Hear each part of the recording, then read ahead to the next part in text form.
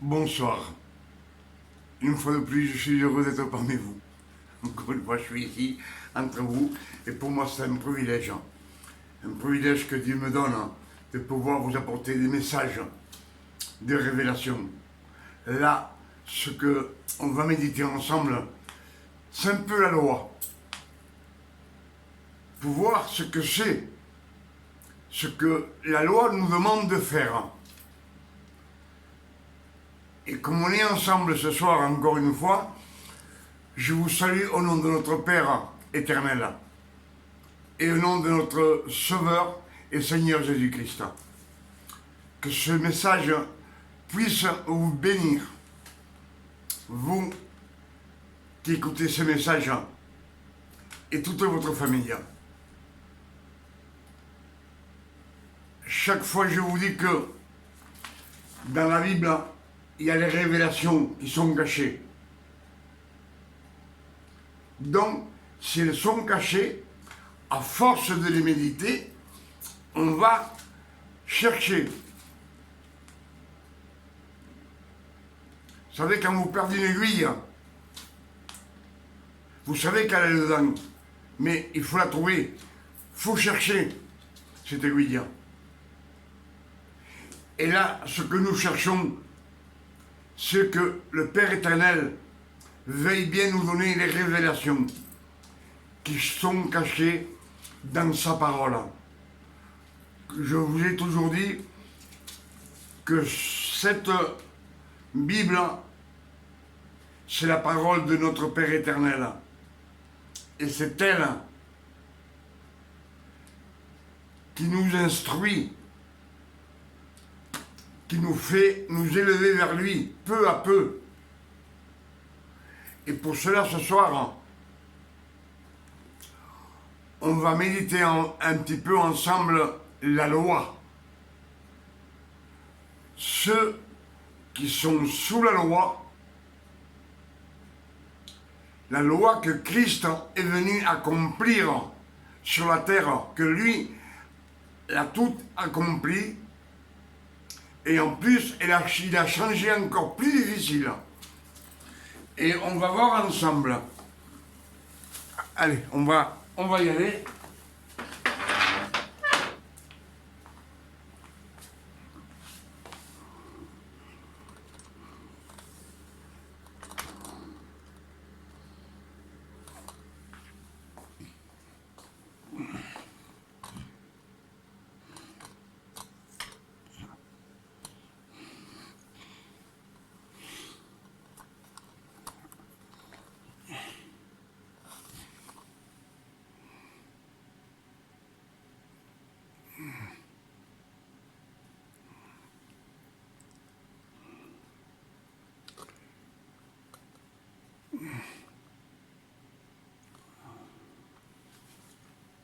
Je pense que là, c'est impeccable. Ayant la foule, Jésus monta sur la montagne et, après qu'il se fut assis, ses disciples s'approchèrent de lui. Puis, ayant ouvert la bouche, il les enseigna et dit : Heureux les pauvres en esprit, car le royaume des cieux est à eux. Heureux les affligés, car ils seront consolés. Heureux les débonnaires, car ils hériteront la terre. Heureux ceux qui ont faim et soif de la justice, car ils seront rassasiés. Heureux les miséricordieux, car ils obtiendront miséricorde. Heureux ceux qui ont le cœur pur, car ils verront Dieu. Heureux ceux qui procurent la paix, car ils seront appelés fils de Dieu. Heureux ceux qui sont persécutés pour la justice, car le royaume des cieux est à eux. Heureux serez-vous lorsqu'on vous outragera, qu'on vous persécutera, et qu'on dira faussement de vous toutes sortes de mal à cause de moi. Réjouissez-vous et soyez dans l'allégresse, parce que votre récompense sera grande dans les cieux.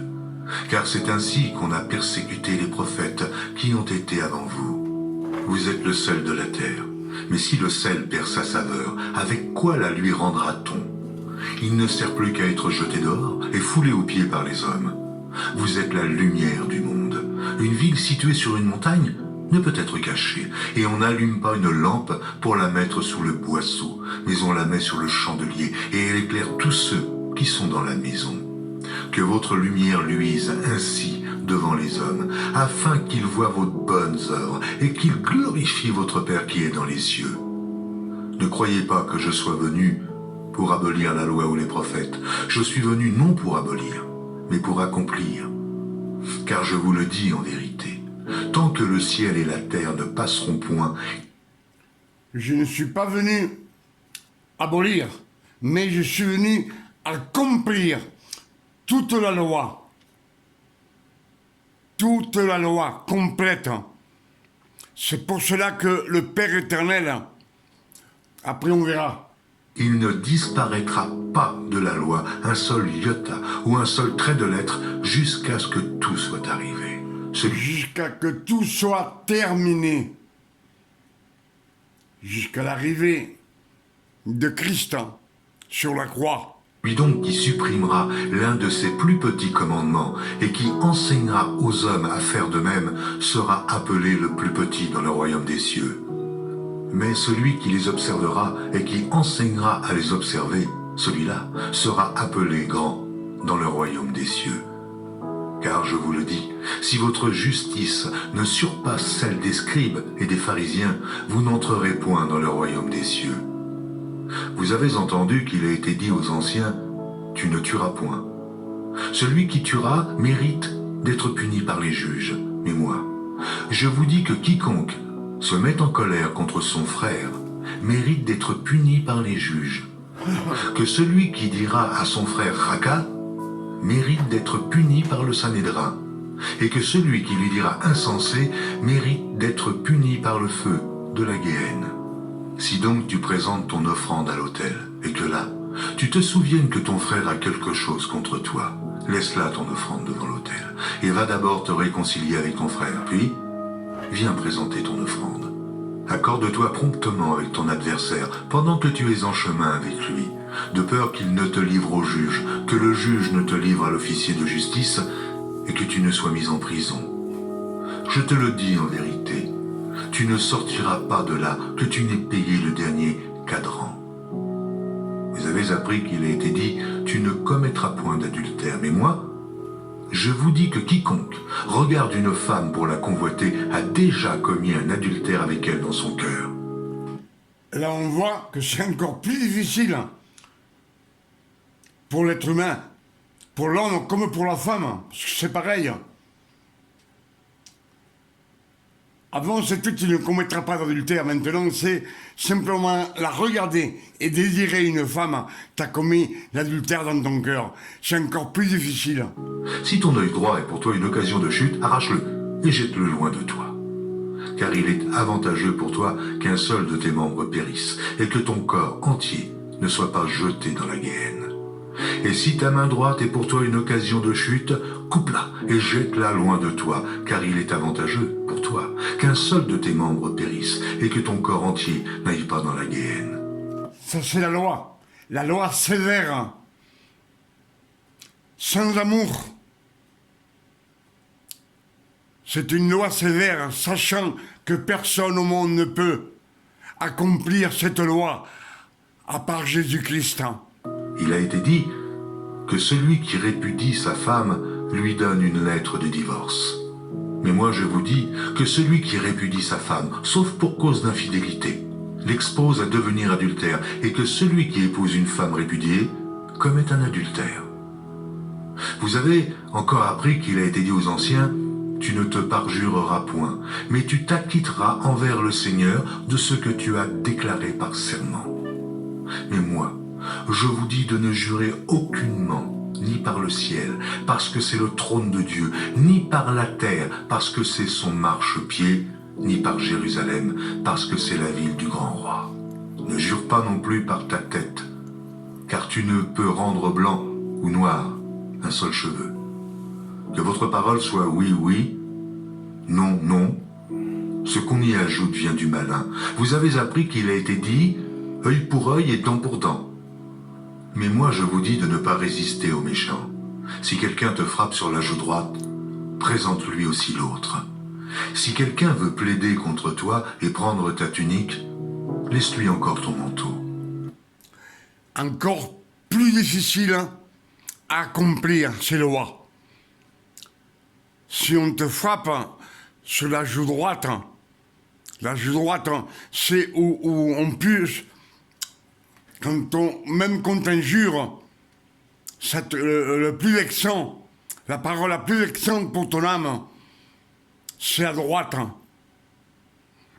Et en plus, il dit, donne-lui ta chemise et donne-lui ton manteau. Encore plus difficile à accomplir cette loi pour l'être humain. Si quelqu'un te force à faire 1000, fais-en 2 avec lui. Donne à celui qui te demande, et ne te détourne pas de celui qui veut emprunter de toi.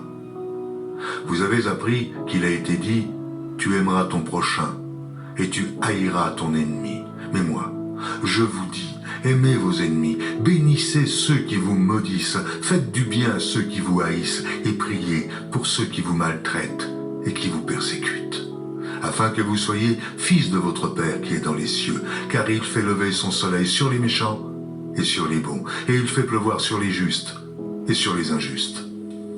Si vous aimez ceux qui vous aiment, quelle récompense méritez-vous? Les publicains aussi, n'agissent-ils pas de même?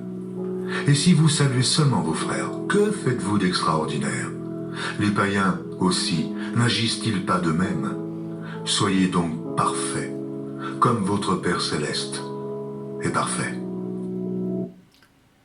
Soyez parfaits comme le Père céleste. Ça, c'est la loi qu'on doit accomplir. Et on sait que c'est impossible. Et Dieu, le Père éternel, il le sait aussi que c'est impossible. Et maintenant, on va rentrer un petit peu dans le message.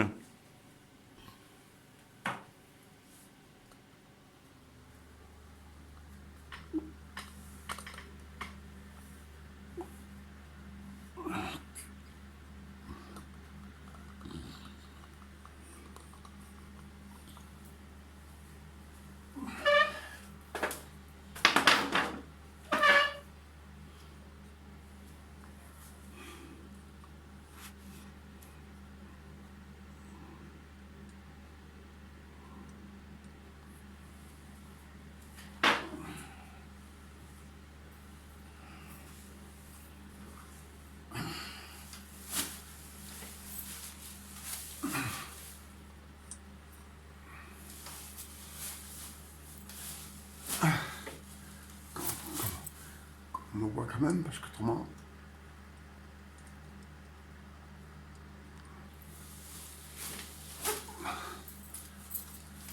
Allez, c'est parti. On va voir là.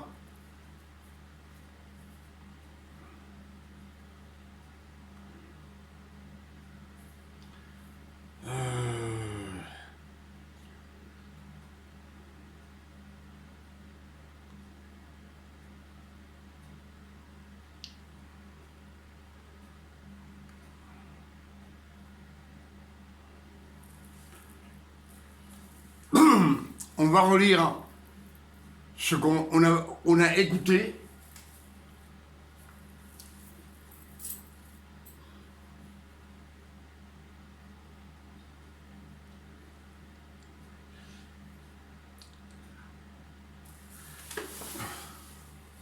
Voilà, c'est Matthieu 5. Voilà. Alors,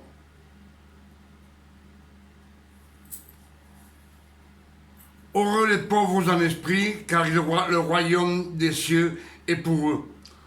Heureux les affligés, car ils seront consolés. Heureux les débonnaires, car ils hériteront la terre.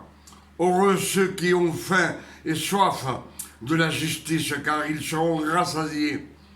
Heureux les miséricordieux, car ils obtiendront miséricorde.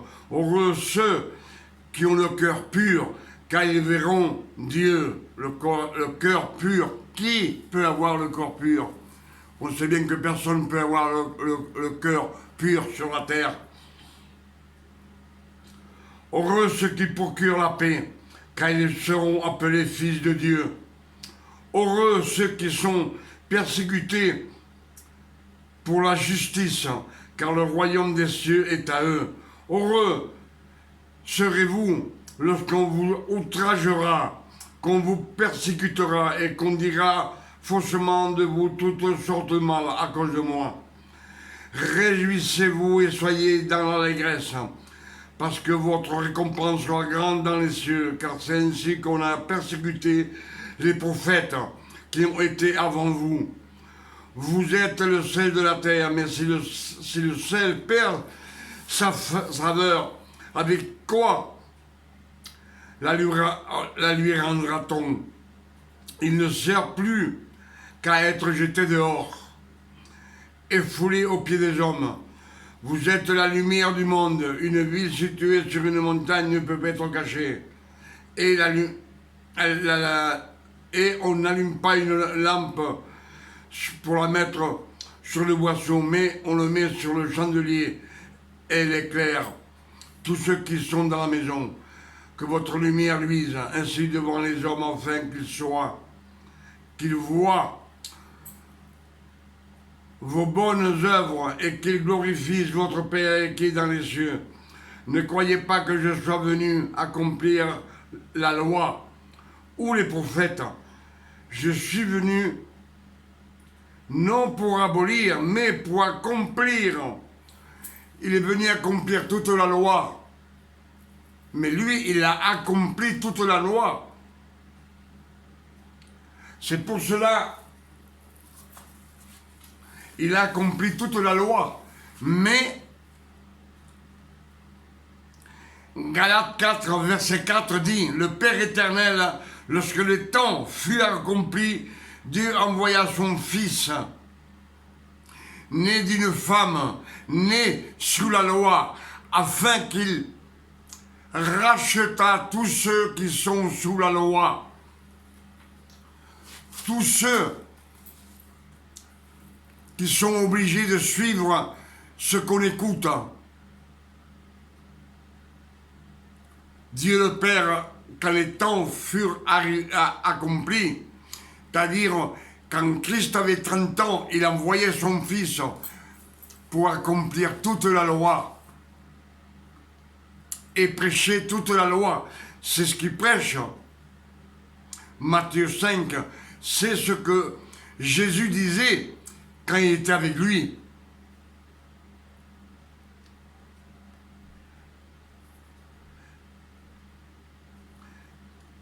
Car je vous le dis, en vérité, tant que le ciel et la terre ne passeront point, il ne disparaîtra pas de la loi un seul iota ou un seul trait de lettre, jusqu'à ce que tout soit arrivé.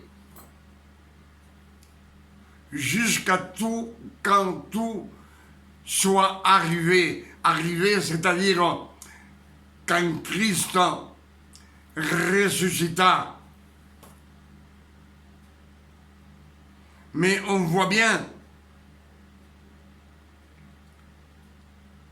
celui donc qui supprimera l'un de ces petits commandements et qui enseignera aux hommes à faire le même sera appelé le plus petit dans le royaume des cieux.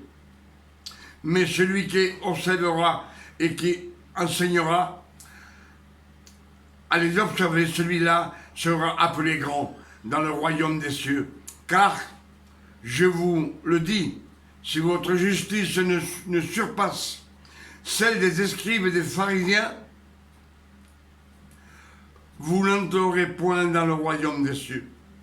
Vous avez entendu qu'il a été dit aux anciens, tu ne tueras point. Celui qui tuera mérite d'être puni par les juges. Mais moi, je vous dis que quiconque se met en colère contre son frère mérite d'être puni par les juges. Que celui qui dira à son frère Raka mérite d'être puni par le Sanhédrin. Et que celui qui lui dira insensé mérite d'être puni par le feu de la Géhenne, c'est-à-dire à l'enfer. Si donc présente ton offrande à l'autel et que là tu sens que ton frère a quelque chose contre toi, laisse là ton offrande devant l'autel et va d'abord te réconcilier avec ton frère. Puis, viens présenter ton offrande. Accorde-toi promptement avec ton adversaire pendant que tu es en chemin avec lui, de peur qu'il ne te livre au juge et que le juge te livre à l'officier et que l'officier de justice et que tu ne sois plus en prison. Je te le dis en vérité, tu ne sortiras pas de là que tu n'aies pas payé le dernier cadran. Vous avez appris qu'il est dit, tu ne commettras point d'adultère. Moi, je vous dis que quiconque regarde une femme pour la convoiter a déjà commis un adultère avec elle dans son cœur. On n'a aucune chance. Si ton œil droit est pour toi une occasion de chute, arrache-le. Arrache-toi l'œil. De toutes tes forces. Lutte pour que cet œil ne regarde plus rien de mauvais. C'est pour ça, l'œil droit, c'est celui qui te domine.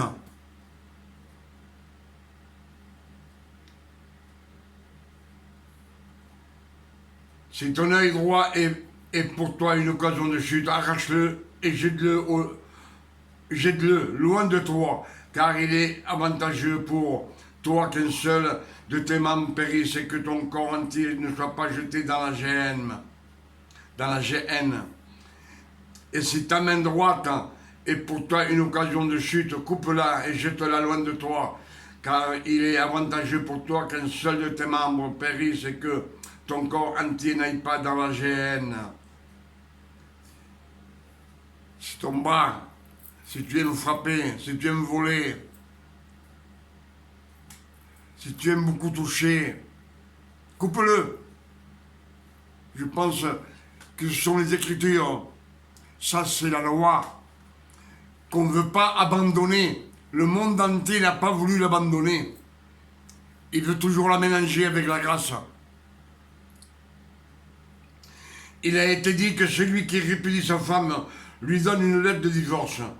Mais moi, je vous dis que celui qui répudie sa femme, sauf pour cause d'infidélité, s'expose à devenir adultère. Et que celui qui épouse une femme répudiée commet un adultère.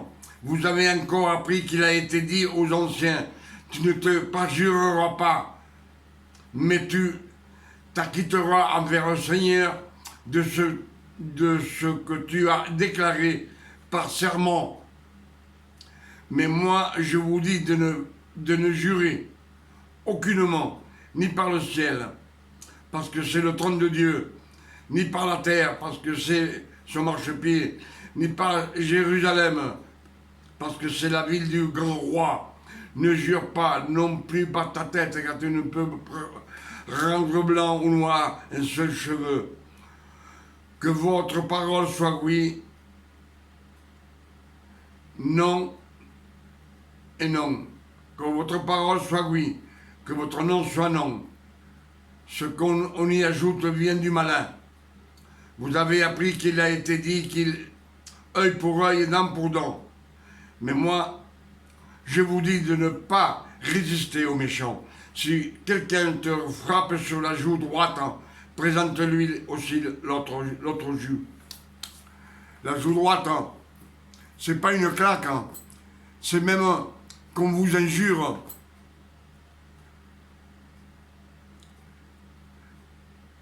Et ça touche votre âme. Pour ça, on dit toujours la droite, parce que c'est ce que vous ressentez le plus. Si quelqu'un veut plaider contre toi et prend ta tunique, laisse-lui ton manteau. Si quelqu'un te force à faire 1000, fais 2000 avec lui. Donne à celui qui demande et ne te dérobe pas de celui qui veut emprunter de toi. Vous avez appris qu'il a été dit, tu n'aimeras ton prochain et tu haïras ton ennemi.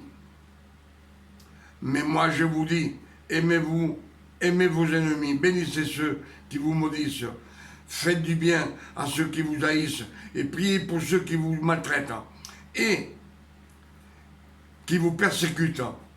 Tout cela, il faut les embrasser, afin que vous soyez fils de votre Père qui est dans les cieux, car il fait lever son soleil sur les méchants et sur les bons, et il fait pleuvoir sur les justes et sur les injustes. Si vous aimez ceux qui vous aiment, quelle récompense méritez-vous? Les publicains aussi n'agissent pas de même? Et si vous saluez seulement vos frères, que vous faites d'extraordinaire, les païens aussi n'agissent-ils pas de même? Soyez donc parfaits comme votre Père céleste est parfait. Soyez parfaits comme votre Père céleste est parfait. Ça, c'est la loi qu'on veut mélanger avec la grâce. Il y a 2000 ans que ça dure. Soyez parfaits comme votre Père est parfait. Sinon, vous allez dans la gêne. C'est bien écrit.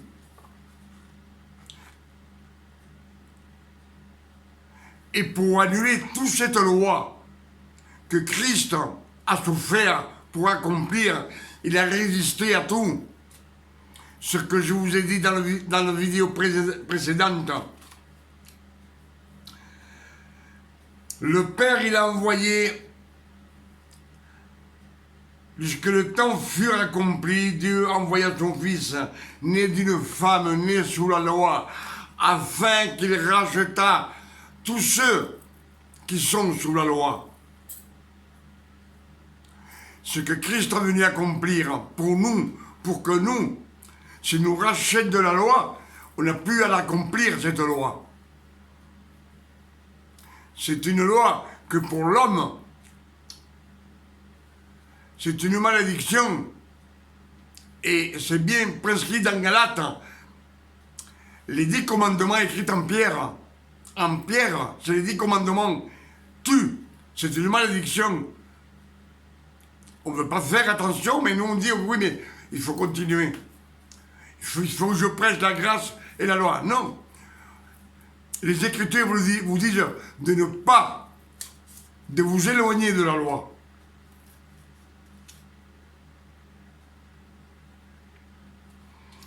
Romains 8, verset 15 dit, les fils de Dieu, et vous n'avez pas, si vous êtes fils de Dieu, et vous n'avez pas reçu un esprit de servitude pour être encore dans la crainte, mais vous avez reçu un esprit d'adoption par lequel nous, on doit crier Abba Père. Père, nous sommes fils de Dieu. Pourquoi est-ce que nous sommes fils de Dieu?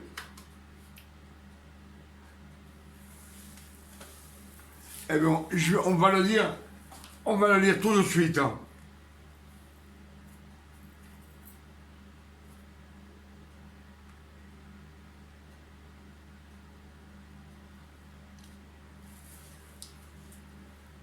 Éphésiens. Allez.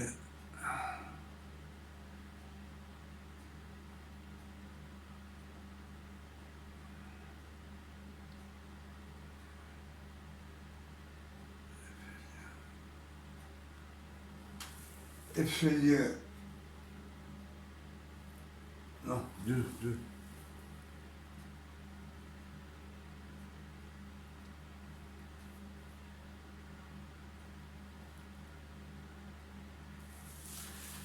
Éphésiens 2, verset 5. Nous qui étions morts par nos offenses, nous a rendus à la vie avec Christ. C'est grâce, c'est par grâce que vous êtes sauvés. Il nous a ressuscités ensemble et nous a fait asseoir ensemble dans les lieux célestes en Jésus-Christ, afin de montrer dans les siècles à venir l'infinie richesse de sa grâce par sa bonté envers nous en Jésus-Christ. Car c'est par la grâce que vous êtes sauvés, par le moyen de la foi, et cela ne vient pas de vous, de nous, c'est le don de Dieu. Ce n'est pas par les œuvres. Toutes les œuvres qu'on vient d'entendre, c'est la loi.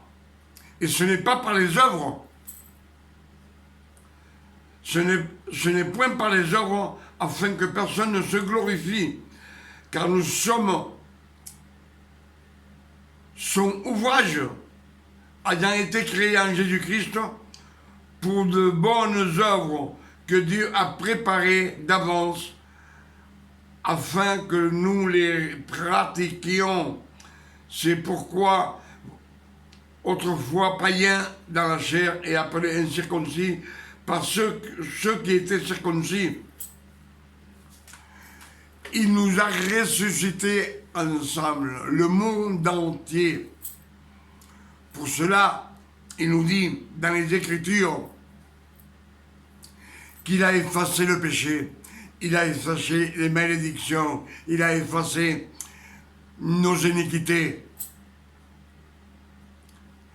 Tout ça, ça a été effacé pour l'éternité. Pour cela, je vous dis, nous sommes fils de Dieu. Nous ne sommes pas des ouvriers, nous ne sommes pas des disciples, ni des serviteurs. Si nous sommes fils de Dieu, nous sommes co-hérités de Christ. Les ouvriers, les serviteurs n'hériteront jamais du Père éternel.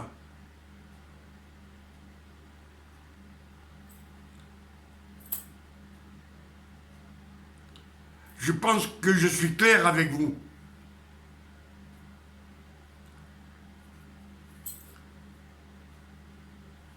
Je pense qu'on va arrêter parce que ça fait quand même plus d'une heure qu'on est en train de parler. Mais tout ce que je vous ai...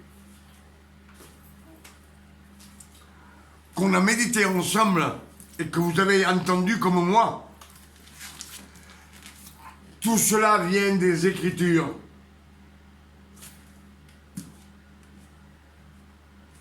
C'est pas une histoire inventée. C'est le Père éternel qui parle.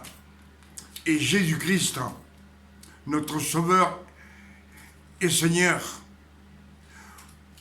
Pour cela, je vous dis ce soir, il est encore 2h20 du matin, je vous dis ce soir qu'avec ce message, le Père éternel vous bénisse.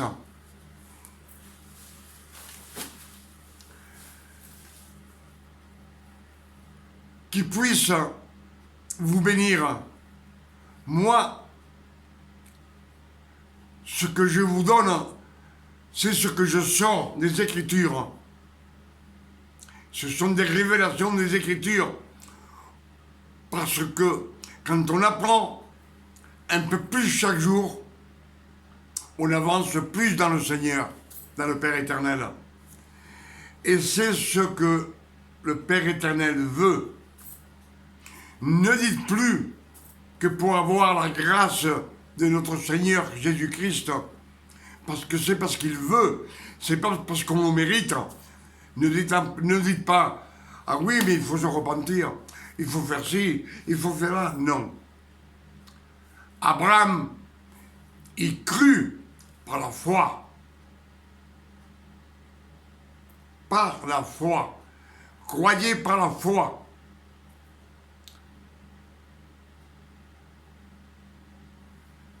Si vous croyez que le Père éternel a donné son Fils sur la croix par amour pour nous, et qu'il a été crucifié, qu'il a souffert pour nous ramener à la sainteté, pour pouvoir nous ramener dans l'état où on était dans le jardin d'Éden. C'est ce que je vous ai dit à chaque fois.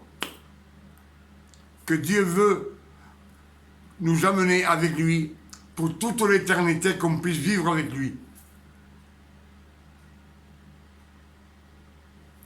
Si vous avez écouté attentivement, je sais que les Écritures, vous les connaissez comme moi.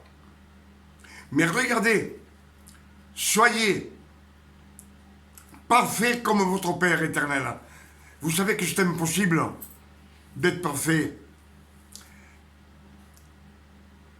Les 613 commandements qu'il y a dans la loi, personne n'a pu jamais les accomplir.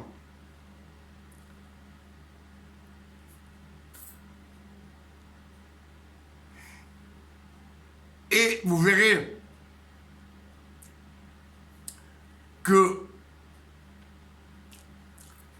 Christ, quand il parle, qui donne, qui prêche la loi, ce sont les commandements. Mais lui, il les accomplit. Il a tout accompli pour nous. Pour cela, le Père a envoyé son Fils quand les temps furent arrivés, quand les temps furent accomplis, c'est-à-dire lorsque Christ a accompli depuis qu'il est né jusqu'à 30 ans, il a accompli toute la loi. Il n'a jamais eu un péché en lui. Pour cela, les cieux s'ouvrent et l'Esprit Saint descend sur lui. Sa sainteté dans le jardin d'Éden fait partir Satan.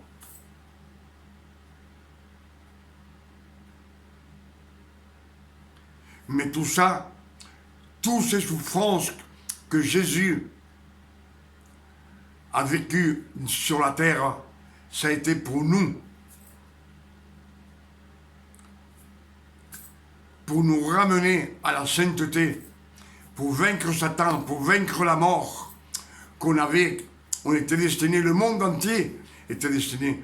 Pour cela, ceux de la loi étaient encore plus destinés à la mort, puisque Dieu envoie son Fils pour qu'il puisse les racheter et les ramener avec lui. Pour cela, il dit, venez à moi, je vous ai racheté par mon sang précieux, venez à moi. À chaque fois qu'on part de la grâce, on revient à la loi. Il vaut mieux pécher que venir à la loi. Si vous dites, je suis un serviteur, vous n'êtes pas un fils de Dieu. Si vous priez à genoux pour demander quelque chose au Père éternel, vous êtes dans la loi. Le Père éternel est amour. Il vous attend avec les bras ouverts. Il ne vous demande pas de vous agenouiller, de rester 15 jours sans manger pour avoir quelque chose du Père éternel. Je pense que je suis clair avec vous, j'étais bien clair. Si vous avez écouté attentivement cette vidéo, regardez-le encore, écoutez-le encore, tant que vos yeux s'ouvrent et comprennent. Avec cela, ces quelques paroles, je vous dis que Dieu vous donne une nuit de repos,